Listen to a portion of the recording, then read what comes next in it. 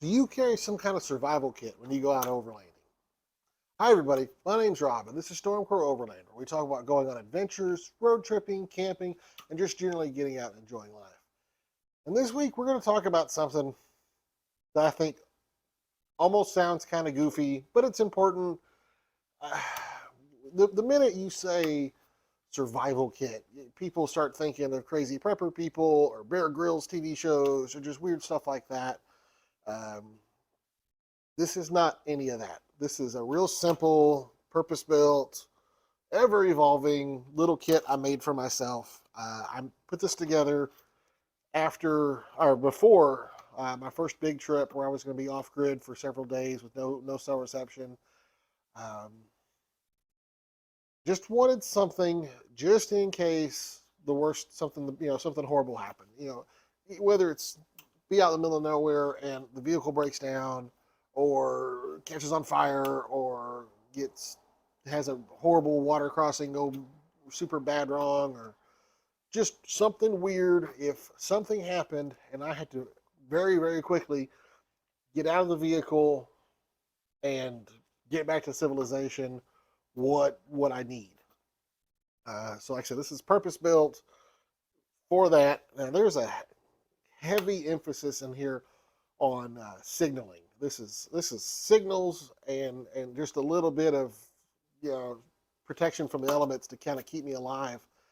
Like I said, the whole plan was I've never gone that long. I'm pretty much always doing stuff in the U.S. I'm never that far from either cell signal or finding someone.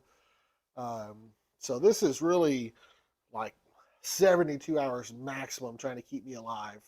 And like I said, it sounds super dramatic, and I get that. And I almost didn't even do this video because it just sounds, it's almost just kind of gooberish. It almost seems silly, but it is serious. It's things that could happen. Um, so like I said, I tried to take a very practical approach to this. I'm just gonna kind of walk you through what I have here. It's just a little black nylon bag. I don't even remember where it came from. I just had it. It lives in the door pocket of my driver's side door. I've got fire extinguisher, and that's pretty, and a pair of work gloves that are in there. This is literally, if something's going horribly wrong, I can open the door, grab this, and bail out in about 2 seconds. On the back, I do have, it's an old, I used to really be into nice knives, and I have a couple left over. This is an old fixed blade Strider knife that I've got attached to the molly webbing back here. It's just a small, thick, I keep it well sharp, fixed blade knife with a little paracord on the handle. It's nothing crazy, but it would be something. I would have a knife if I needed it. I almost always have a pocket knife and knives in the back for cooking and stuff. But yeah, if like I said, worst thing happened, I'm at camp swimming in a creek or something, and the car catches on fire or something, I can run over and try to just grab this, and if I have nothing else, it gives me some stuff to get around. So knife, and then to open it up, let's see. So before I kind of get into the actual stuff, I am not a survival expert. I'm not a prepper. I'm not any of the things. I try to have some food and water stored in the house, stuff like that. I try to be prepared. I mean, I live in an area that, I live in Oklahoma. We get a lot of severe weather. Um, so try to be prepared for things like that, but I'm not like stockpiling tons and tons of stuff. Um, I've never been to like a survival course. I did two different SEER courses in the military. I used some of that information to kind of to build this. Some of this is actually old military stuff that I had collected while I was in the military. Some of it's stuff from an old Air Force pilot survival vest that I got from a buddy of mine. Hey, Carlos, thanks. And then some of it's just regular off the shelf stuff. Nothing super crazy. Like I said, heavy emphasis on signaling. And before that, we'll start just simple compass. I generally have a pretty good idea. If I'm out on a trail, I have a pretty good idea where I'm going. And I generally have a pretty good idea which direction civilization is. So if I'm out on the Rimrocker Trail, if I'm on the far east of it, I know I need to head east and get to toward Montrose, Colorado. Just quick, nothing fancy, cheap little plastic compass, just to help keep me going the right direction. I know there's ways to, you see when the sun comes up and the sun sets and all that kind of stuff. But compass just makes it easy, especially if you're actually walking, trying to do like some land nav type stuff. If you know a general direction you need to go, you don't have to keep trying to check shadows or look for moss on tree stumps, or you can just have that and, okay, I need to go east, let's just keep going east. From there, like I said, I move into the signaling things, because that's the majority of what's in here, because I'm not trying to live forever in the woods. I'm trying to get found and rescued and get out of there.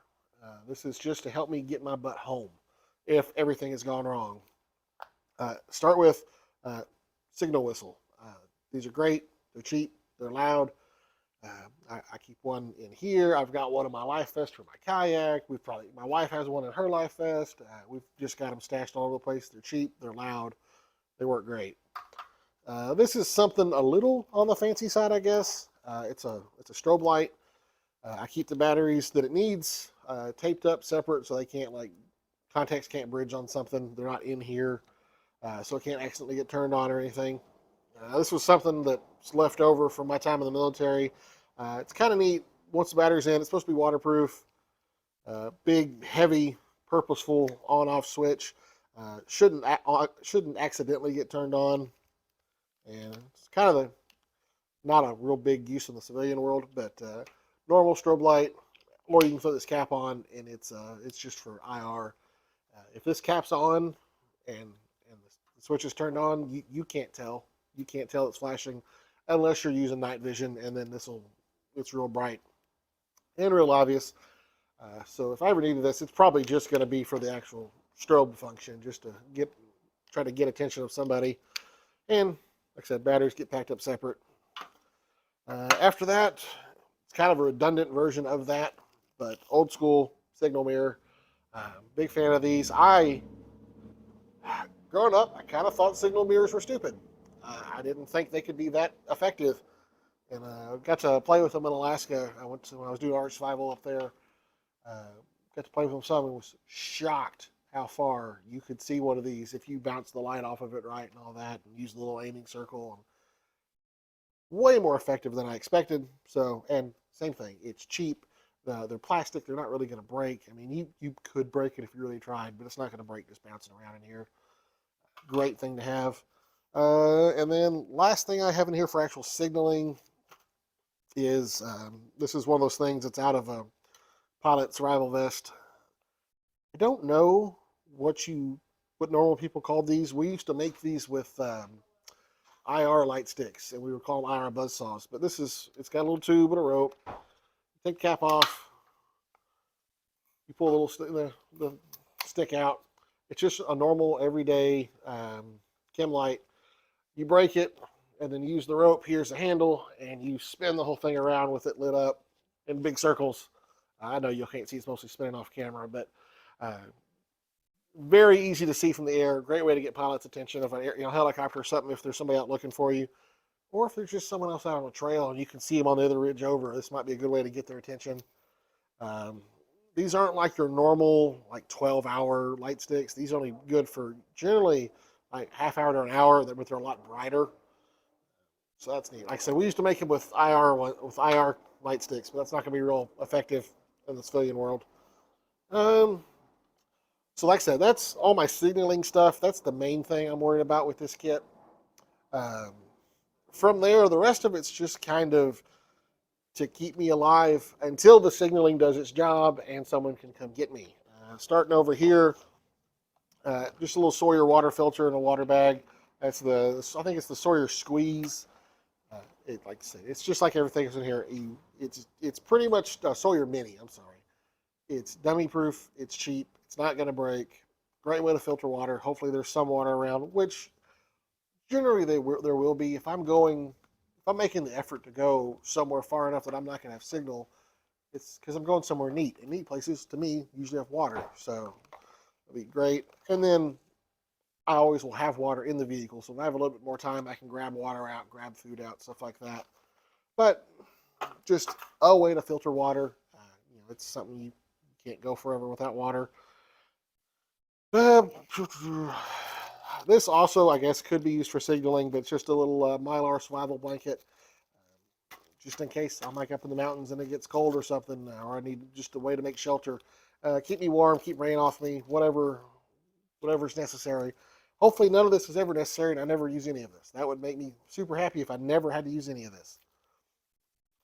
And then with that, a couple of ways to make fire.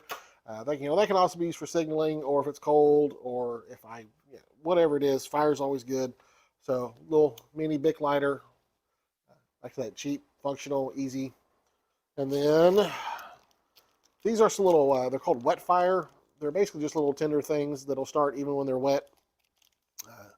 Real easy way, just to always have some kind of tinder that's going to be easy to light. Then you kind of add from there to get a fire going. For sparks, to get a spark for those, this is out of, it's another one of those things out of a aircrew survival vest. I don't know if you can get these by themselves. I'd never seen one of these before until I got it. It is literally just a flint and a sparker wheel, like out of a Zippo, but all by itself. There's no fuel or anything. It's just a little sparker wheel. And I don't know if the sparks will show up on camera, but it's super easy to throw sparks. This is way simpler than like a ferro rod and knife. I've done that many times, but this is just so easy. And then, like I said, always have the sparker on the mini Bic as well, even if it's out of fuel. And then finally, this is really just in here because I have it, and I figured it couldn't hurt to be in there. It's just another knife. It's a Victorinox Swiss Army knife. I don't know which one it is, but I mean, it's got knife blade, an awl, can opener, bottle opener, screwdrivers. None of this is fancy stuff. This is not, I'm going to go live in the mountains for a month. Like I said, this is all just to kind of keep me alive until I can get help or help can get to me. I try to always leave a plan with people so they know where I'm going. Like my wife generally has, these are the places I'm going to go do this trail, or I'm going to be in this part of this state over here. And generally she knows, like, I'm like, once I get to this point, I probably won't have cell signal until this day. So worst comes to worst, she'll know within a couple of days, hopefully, that, hey, something's wrong. We need to see about trying to get help for me. Then all the signaling stuff, so I can try to find, get people's attention to come help me if I need it. You will notice in here, there's no food. Like I said, this is short term, like 72 hours maximum kind of thinking. I don't need to carry food. If I have time, though, I'll always have food in the rig with me if I'm out on trails like that. But if I got to go a day or two without food, I'm going to live. I'll be fine. That's not going to be the problem I have. So yeah, no like Cliff Bars in here, no stuff to make snares or anything like that. I'm not going to be, if I'm out there that long, I've got way larger problems. So like I said, no food. Realistically, I probably could get away from having the water stuff in here, but it's small, it's simple, just good to have. So I know this is kind of silly, and I feel silly just talking about this as an Overland Survival Kit. It sounds so crazy, but this is just the things that I kind of put together going, well, if I'm in a bad situation, what would I need? What would I need to get found, get help, wait until help can get to me, and then get out of there? This is what I came up with, and I'm sure it's not perfect. In fact, if you are watching this and you have ideas on suggestions of things I should take out or replace or add, I'd love to hear it. That's the whole point of this, is sometimes it's just discussion to learn. I've put a lot of thought into this. I've kind of tweaked it now and then. And if I knew I was going somewhere that was going to be, there's no chance of going to be running water, I probably would take the water stuff out, and I would just make sure I had water I could get out easy if I needed to. I don't know. It's, like I said, this is just what I came up with. Please leave me a comment, send me a message if you've got better ideas. Might be a little short, but that's what I've got for you this week. If you're watching this on YouTube, realize we release the audio as a podcast. You can find it wherever good podcasts are found. Just search Stormcrow Overland. if you are listening to this as a podcast, we also record it and release the video on YouTube. Just look us up on YouTube at Stormcrow Overland. And finally, you can find us on Instagram at Stormcrow Overland. Same thing every place. That's on purpose. Like I said, if you like what you're seeing, I really appreciate a like, comment, follow, subscribe, any of that kind of stuff. Let me know. Do you carry some kind of like survival league kit? I hate even calling it that. But do you carry a kind of an oh shit kit, or what should I change with mine? Well, that's really all I have for you this week. So remember, sometimes you have to go out and get lost, and hopefully not need this stuff before you can find yourself. Thanks for watching.